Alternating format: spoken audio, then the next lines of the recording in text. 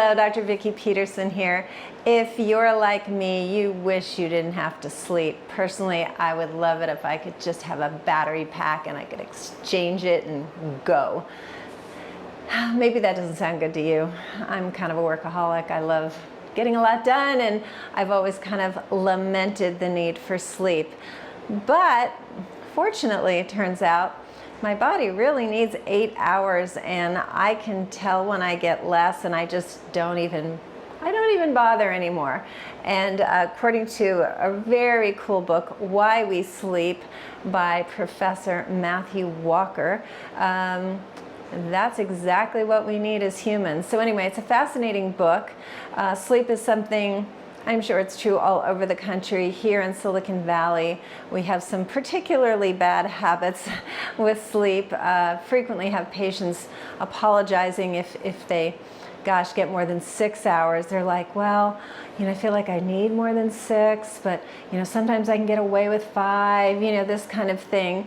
Also, what happens is that here, and again, I'm sure it's the same in many places in the country, if not internationally, people will work there sort of 8 to 6, come home, eat dinner, and then spend a little time with the kids and the spouse, and then they're back on the phone internationally for a couple of hours. So they're barely getting 5 hours of sleep, maybe 6 on a good day, but they literally are working that much. So there are the obvious things. Maybe you notice you're not as sharp, maybe you're a little crankier, but it's so much more than that.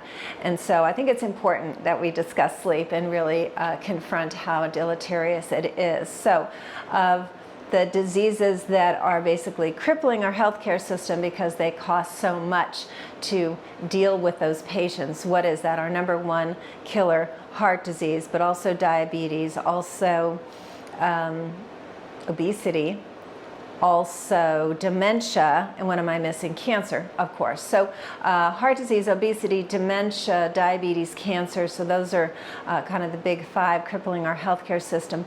All of them have causal links to not enough sleep. Professor Walker says that sleeping less than 6 or 7 hours, okay, so even less than 7, demolishes, these are his words, your immune system, doubling your risk of cancer. Doubling. We already have a high enough risk without doubling it.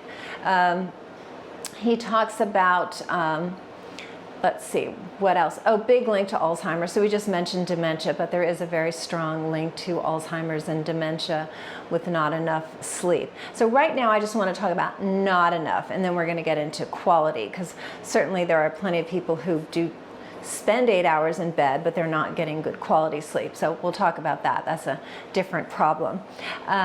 Let's see. So he talks about kind of the trinity of good health, and he ranks sleep as the preeminent force, and then the other two, of course, are exercise and a good balanced diet. Now, within the words balanced diet, there's a lot of interpretation. If you follow my channel at all, you know how I feel about what a balanced diet is, but we'll save that for another time.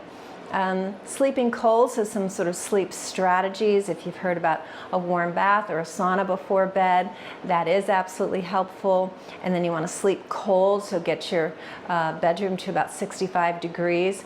It's good for a lot of different reasons, but you do get into a better sleep if your core temperature goes down, so you can sleep naked if you're comfortable with that. But anything where you're not only not hot, but you're a little cool, so you have a down comforter, you can kind of cuddle up under there.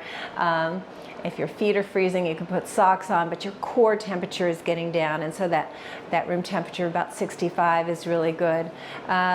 Let's see. Oh, he talks about the recycle rate of the brain. I thought it was really fascinating. So our brain actually has a recycle amount of time, and as soon as it's gone beyond 16 hours, and there you go back to your 8 hours of sleep, that the brain actually starts to fail. So they've done a lot of studies on sleep deprivation and how it's almost similar to being drunk if you don't get enough sleep.